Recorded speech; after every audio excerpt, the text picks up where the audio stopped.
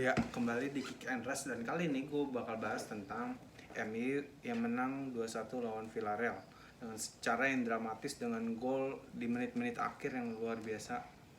Dan gol itu kan sebenarnya dari proses dari dua orang yang biasa kita cengin ya, Fred sama Lingard, tapi mereka dengan satu momen dia bisa bagus gitu. Saat dibutuhkan mereka ada.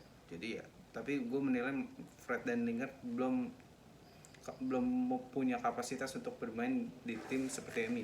Tetap gue berpikir seperti itu ya sampai detik ini, karena kan sebelum momen itu kan sebenarnya Fred sama Lingard juga mainnya malah jelek gitu kan, cuman karena momen itu jadi terkesan bagus. Nah, gue mau mulai dari babak pertama imbang ya, tapi Villarreal mainnya rada jelek sih menurut gue, nggak sebagus biasanya yang memiliki one two yang cepat, tapi peluang datang dari Villarreal di babak pertama banyak banget menurut gue.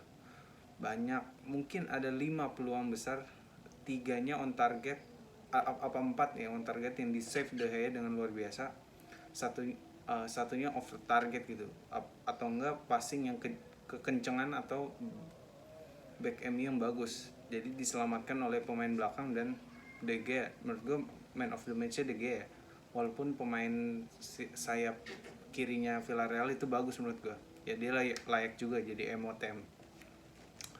Di babak satu MU digempur ya, walaupun MU sesekali bisa nyerang juga, bisa keluar dari tekanan. De Gea bagus banget. Terus masuk ke babak kedua kan kejebolan tuh, menurut gue prosesnya juga keren, cuman Villarreal ini gimana ya, setelah ngegolin mainnya kurang ngegas, kurang lepas menurut gue. Dan MU dengan satu momen, dengan pelanggaran yang dekat kotak penalti itu, Bruno melakukan akurasi passing yang luar biasa ke Teles, dan Teles melakukan shoot yang ke pojok gitu, bagus lah, sehingga 1-1. Dan menurut gue kalau gol begitu kan menurut gue itu nggak datang setiap pertandingan. Set piece di posisi seperti itu dengan kualitas Bruno passing kayak gitu emang akan terulang lagi di match seterusnya gitu. Jadi menurut gue jangan ngandelin set piece begitu. Jadi ya jangan ngandelin penalti, set piece, mending lu tuh ngandelin strategi, filosofi, set play. Menurut gue sih kayak gitu. Tapi kalau lu ngandelin set piece begitu ya, apakah set piece itu akan datang lagi di match lainnya, dan apakah akurasi passingnya akan sesempurna kayak tadi, atau enggak akurasi shootingnya sebagus tadi? Kan enggak gitu menurut gue. Jadi lebih MU itu harus fokus kepada set play, filosofi, gameplay, dan strategi yang kompleks untuk nggak ketebak sama lawan. Dan menurut gue MU itu mainnya temponya lambat banget ya, masuk kiri kanan nggak cepet gitu mainnya.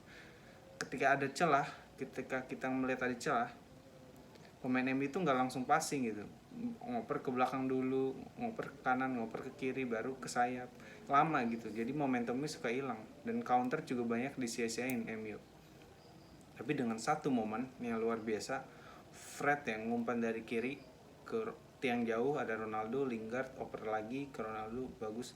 Nah, itu kan dramatis ya. Memang Ronaldo positioningnya bagus banget di tiang jauh. Dan terlepas dari itu, gue melihat kipernya Villarreal ini jelek ya menurut gue. Dari tahun lalu bahkan gue bilang bahwa Villarreal ini punya kiper yang nggak bagus. Buktinya waktu adu penalti lawan MU, si Ruli ya namanya, Ruli itu kan nggak bisa nepis tendangan pemain MU semua kan, sehingga si Ruli pun akhirnya ikut tendang dan masuk. Kebetulan De Gea nggak bisa nendang penalti gitu. Jadi ya Ruli bukan kiper yang bagus menurut gue, gak bisa memenangkan poin untuk Villarreal. Sementara De Gea bisa memenangkan poin yang luar biasa untuk tadi malam ya. MU akhirnya menang dengan dramatis, dengan susah payah, tapi ini masih banyak apa ya yang harus dibenahi, karena gimana ya, lu masukin pemain tuh salah juga gitu menitnya. Menurut gue terlalu baru masukin pemain itu di atas menit 70-an. Padahal menurut gue ketika lu memang udah ngeliat pemain ini jelek sepanjang laga, lu harus gantinya di menit 60 atau 50. Jadi yang masuk itu nggak bisa berkontribusi terlalu banyak karena menit bermainnya terlalu sedikit.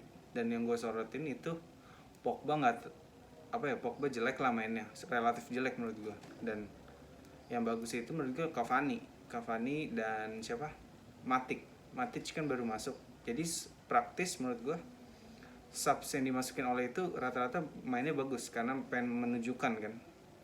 Dan Cavani, Fred, terus Lingard yang masuk itu bisa berkontribusi secara nyata gitu.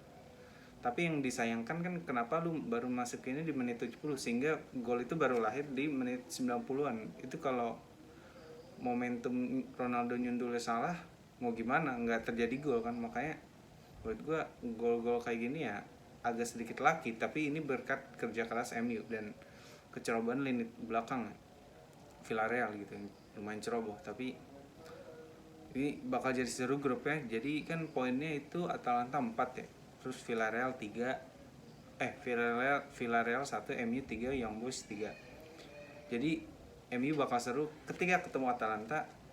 Apakah ini sebuah pertaruhan gitu?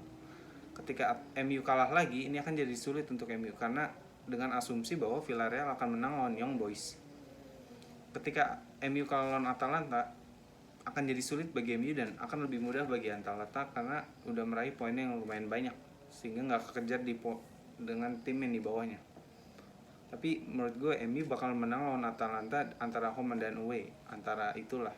Tapi kayaknya kalau untuk menang di kedua match agak susah karena Atalanta gameplaynya bagus banget.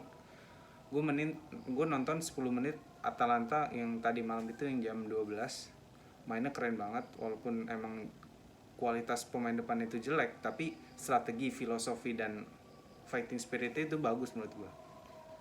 Jadi Atalanta walaupun menang 1-0 lawan Young Boys, permainan itu jelas gitu, patternnya jelas, strateginya jelas, pemain dekat semua sehingga bisa melakukan kombinasi.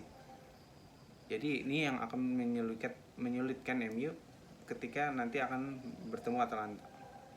Dan gue mau bahas sedikit Chelsea ya. Chelsea ini gue dari awal musim sebenarnya bilang bahwa Havertz ini belum matang permainannya, masih kayak basa-basa gitu lah, belum benar-benar melakukan decision making yang tepat. Ditambah dengan Mason Mount yang angin-anginan banget menurut gue, dan Reece James juga. Sementara 3 back ini kan tua semua kecuali Christensen sama Rudiger juga lu tahu sendiri mainnya tuh angin-anginan. Dan ditambah dengan strategi 3-4-3 dan 3-5-2 yang kadang udah gak jalan semenjak lawan siapa ya, sebelum lawan Tottenham itu udah jelek menurut gue. Jadi ya mungkin bisa dicoba sesuatu yang baru oleh Tuchel. Jadi sekian menurut gue, tetap saksikan Kick Ass.